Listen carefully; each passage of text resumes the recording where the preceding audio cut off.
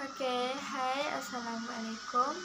Nama saya Sharifah Zahira Nazar binti saya Muhammad Azhar dari Pantai Kumpulan 2 yang terdiri kepada 4 orang anggota, iaitu saya Sharifah, yang kedua Melissa, yang ketiga Felicia, yang keempat adalah Nakib. Jadi kami akan membincangkan tentang isu agama dan kepercayaan Malaysia. Malaysia ni mempunyai pelbagai perkauman. Hubungan perkauman di setiap negara ini sangatlah penting, di mana ia merupakan kunci keharmonian sesebuah negara yang mempunyai pelbagai kaum. Contohnya seperti yang saya kata, negara Malaysia ni adalah merupakan antara negara yang mempunyai pelbagai kaum yang menunjukkan perbezaan budayanya dan terdiri daripada orang Melayu, Cina dan India. Ini menunjukkan Malaysia sangat unik dan istimewa. Perkara ini juga bermain peranan penting bagi setiap negara yang mempunyai pelbagai kaum, supaya dapat lebih memperkukuhkan negara dan kestabilan negara. Dengan itu, negara tidak mudah dirampas oleh para penjajah asing. Di samping itu juga, kita sebagai rakyat ni mestilah sentiasa menghormati kaum yang lain dan mempunyai semangat patriotik yang kuat akan negara. Barulah negara sentiasa dalam keadaan yang baik dan dipandang baik oleh negara luar. Sekarang kita akan bincangkan tentang agama yang berada di Malaysia ni. Assalamualaikum warahmatullahi wabarakatuh. Nama saya Muhammad Nakib bin Muhammad Norbeh dan saya belajar di UNISEL, dan pada hari ini saya akan memperkenalkan kepada anda apakah itu agama Islam. Agama Islam ialah menyerah diri kepada penciptanya dengan mentauhidkan dengan penuh keyakinan serta melaksanakan suruhannya dan meninggalkan larangannya, iaitu amar makruf nahi mungkar. Islam ialah agama yang mudah dan tidak membebankan umatnya yang menganutinya, kerana ia memberi kelonggaran kepada umatnya yang mengalami kesulitan dalam menunaikan ibadah. Oleh itu, agama Islam menekankan kepada penganutnya agar berpegang teguh kepada dua perkara, iaitu rukun iman dan rukun Islam. Dan saya akan menerangkan kepada anda apakah itu rukun iman dan rukun Islam. Agama Islam dibawa oleh Nabi Muhammad SAW. Dengan itu kita perlulah agama Islam itu dibawa oleh Nabi Muhammad SAW, dan oleh itu sebagai umat Islam kita perlulah berpegang kepada dua perkara, iaitu rukun iman dan rukun Islam. Dan pada kali ini saya akan menerangkan kepada anda apakah itu rukun iman dan rukun Islam. Rukun Islam ialah mengucap 2 kalimah syahadah, kemudian menunaikan solat 5 waktu sehari, dan kemudian menunaikan zakat. Selepas itu berpuasa di bulan Ramadan selama 30 hari di bulan Ramadan berpuasa. Kemudian menunaikan ibadah haji bagi yang berkemampuan. Selepas itu kita akan menerangkan rukun iman dibahagikan kepada 6 perkara, iaitu percaya kepada Allah, iaitu penciptanya, kemudian percaya kepada malaikat-malaikat, kemudian percaya kepada kitab-kitab agama Islam, iaitu Al-Quran, dan 4 kitab yang lain, iaitu Zabur, Taurat, Injil dan Al-Quran. Kemudian percaya kepada nabi-nabi dan rasul-rasul yang diutuskan oleh Tuhan, dan percaya kepada hari akhirat, dan percaya kepada qada dan qadar. Sekarang kita akan menyambungkan kita punya pengenalan berkaitan dengan agama Islam, iaitu saya akan menyambungkan pada cara ibadah orang Islam. Orang Islam akan menunaikan ibadahnya di masjid ataupun di surau ataupun di rumah mereka sendiri. Cara ibadah mereka ialah dengan menunaikan solat. Kemudian saya akan menerangkan kepada anda kitab suci orang Islam, iaitu Al-Quran Al-Karim. Inilah bentuk kitab Al-Quran, yang mana kitab suci bagi agama Islam. Agama Islam percaya kepada Tuhan, iaitu Allah, yang menciptakan sekalian alam dan menentukan segala qada dan qadar bagi semua manusia yang ada di bumi. Kemudian lambang agama Islam ialah bulan, sabit dan bintang. Ini dijadikan sebagai lambang agama Islam. Kemudian saya akan ceritakan kepada anda apakah perayaan bagi agama Islam. Antara perayaan yang disambut bagi penganut agama Islam ialah Hari Raya Korban, Hari Raya Aidilfitri, Hari Maulidur Rasul dan Nuzul Al-Quran, dan tidak terlepas pandang pada Isra' dan Mi'raj. Akhir sekali saya akan memberitahu kepada anda populasi agama Islam di Malaysia. Agama Islam merupakan agama yang rasmi di Malaysia. Bagaimanapun, rakyat diberikan kebebasan untuk menganut agama yang mana dipilih oleh mereka. Oleh itu, sampai sini saja saya menerangkan kepada anda apakah itu Islam. Dan sekian, terima kasih. Okey, hai, Assalamualaikum. Nama saya Sharifah Zahira Najwa binti saya Muhammad Azhar. Ingin menerangkan tentang agama Buddha di Malaysia. Okey, patung Buddha yang terbesar di Malaysia terletak di Kelantan. Termasuklah patung tersebut terbesar di Asia Tenggara. Okey, lokasinya di Kelantan, terletak di Tumpai. Okey, agama Buddha ini ialah agama yang dianggap oleh para penganutnya sebagai besarnya berasaskan pada ajaran-ajaran yang ditinggalkan oleh Siddhartha Gautama. Okey, ajaran dalam agama Buddha adalah berasaskan 4 kebenaran mulia melalui 8 jalan. 4 kebenaran mulia dalam ajaran Buddha adalah dukkha, samudaya, nirodha dan marga. Dukkha adalah penderitaan, samudaya adalah sebab penderitaan, nirodha adalah nafsu yang membawa kepada penderitaan, manakala marga adalah cara memadamkan nafsu. Okey, yang seterusnya adalah 8 jalan dalam ajaran Buddha pula adalah kepercayaan yang betul, tujuan yang betul, ketuturan yang baik, perbuatan yang baik, hidup yang baik, usaha yang baik, fikiran yang baik dan renungan yang baik. Okey, dalam ajaran Buddha juga amat mementingkan kesejahteraan kehidupan sama ada manusia maupun binatang, kerana kesejahteraan tersebut akan diperoleh sekiranya semua hidupan berkasih sayang dan hidup dalam keharmonian. Okey, bagi ibadahnya, orang Buddha ni beribadah dalam bentuk komunikasi di mana ia antara manusia dengan Tuhannya sehingga membentuk makna yang dipahami. Cara mereka bersembahyang, gerak tubuhnya adalah dipanggil sebagai wensing, namaskara dan damparadaksina. Okey, wensing ni keadaannya duduk sama dengan namaskarana tapi berbeza. Simbol tangannya berbeza. Manakala bagi damparadaksina tu pula, dia dalam keadaan yang bergerak seperti mereka membuat rombongan beramai-ramai dengan memakai pakaian Buddha berwarna oranye sambil mengeluarkan ayat-ayat bacaan diorang lah. Okey, dan seterusnya bagi simbol agama tersebut berwarna oranye dan berbentuk bulat seperti roda. Di dalamnya terdapat 8 jari. Okey, bagi kitab-kitab suci bagi agama Buddha ialah seperti Vinaya Pitaka, Sutta Pitaka dan Abhidhamma Pitaka. Semua kitab ini ditulis dalam bahasa Pali dan Sanskerta. Manakala bagi tulisan orang Buddha guna adalah tulisan Pali iaitu Tipitaka ataupun Sanskerta. Okey, yang dipanggil Tripitaka. Okey, yang seterusnya adalah perayaan. Perayaan bagi orang Buddha ini adalah perayaan Wesak yang disambut pada setiap tahun. Okey, yang seterusnya akhir sekali, agama Buddha populasinya di Malaysia tak ramai, hanya 20% saja. Dan agama Buddha ini juga ramai yang terdiri di kalangan kaum Cina. Okey, di sini saja. Terima kasih. Selamat sejahtera, hari ini saya nak cakap tentang agama Hindu. Pertama sekali, kenalan agama Hindu.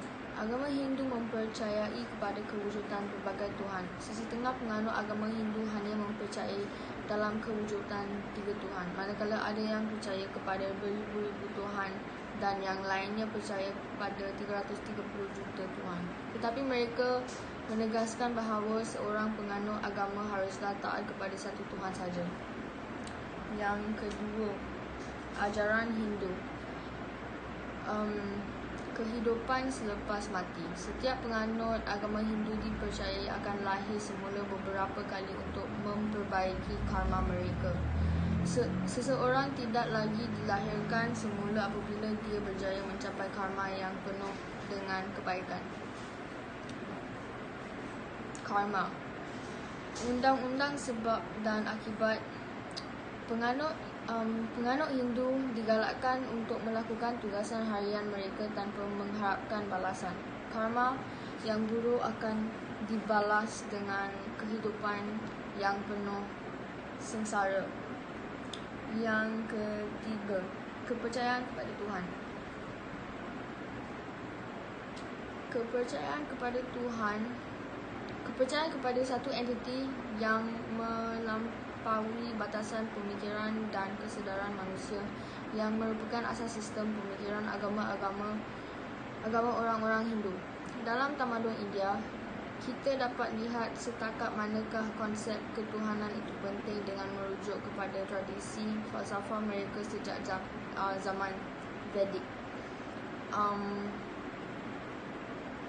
Dan dia ada dan agama Hindu ada simbolnya juga.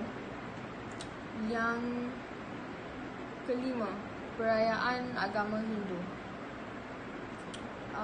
Agama Hindu merayakan Thaipusam, Pongal dan Deepavali dan sebagainya. Keenam,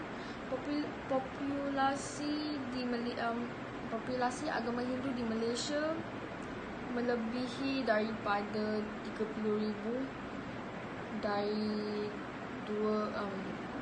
dari tahun 2017.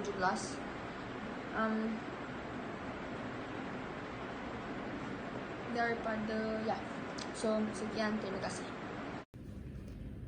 Assalamualaikum, nama saya Masa Farhana. Dalam video ini saya akan menerangkan tentang agama dan kepercayaan Kristian di Malaysia.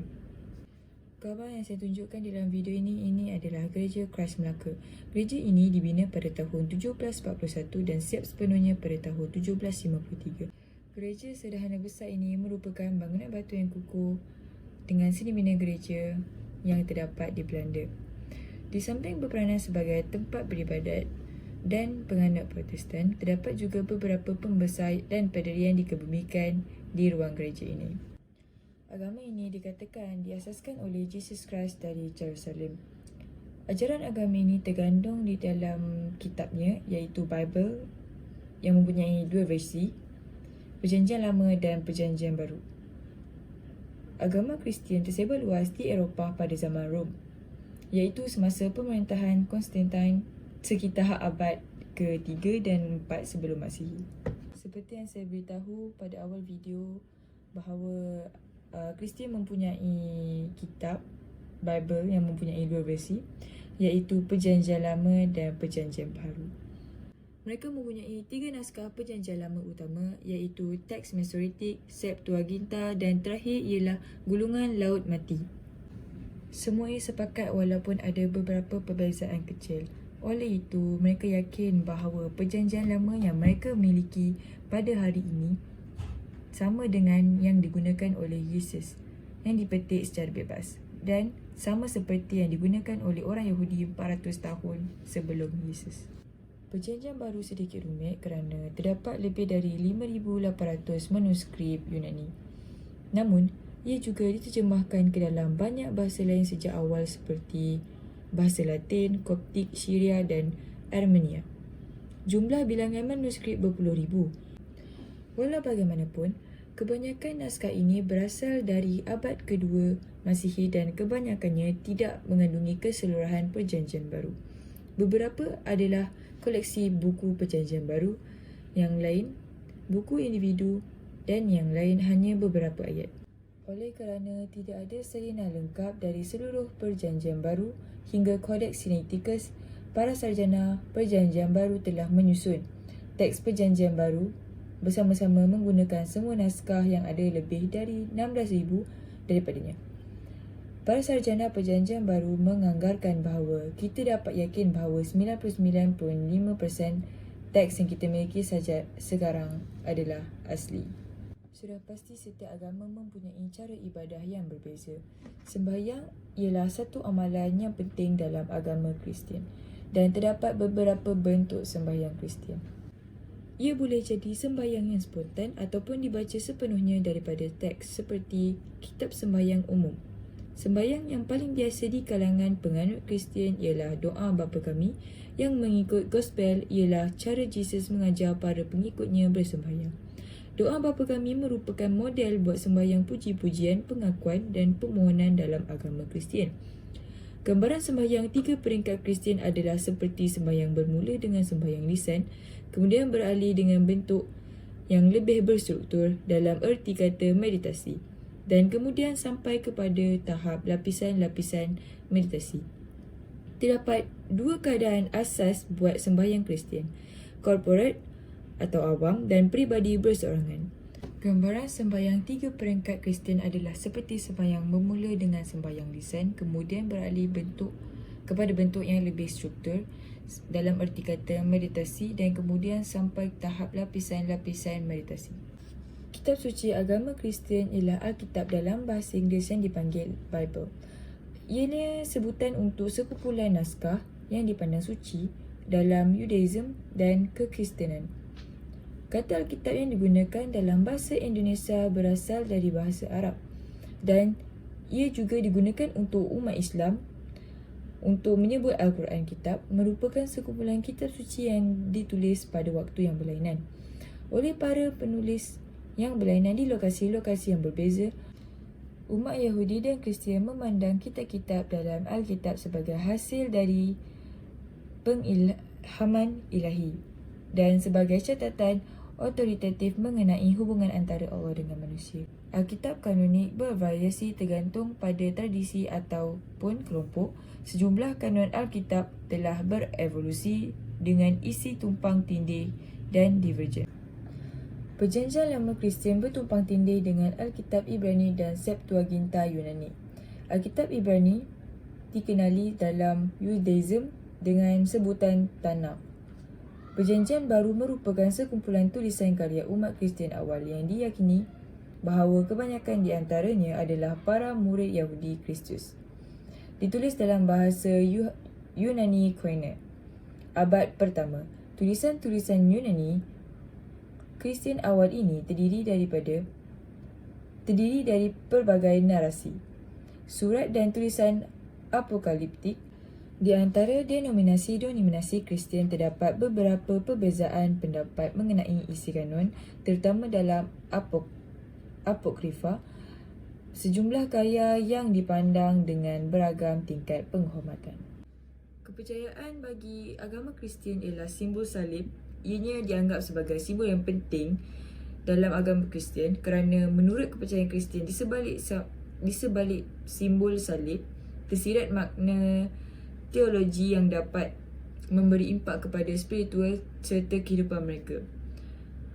Konsep simbol salib dalam agama Kristian ianya untuk mengenal pasti hubungannya dengan doktrin penebusan dosa dan penyelamatan.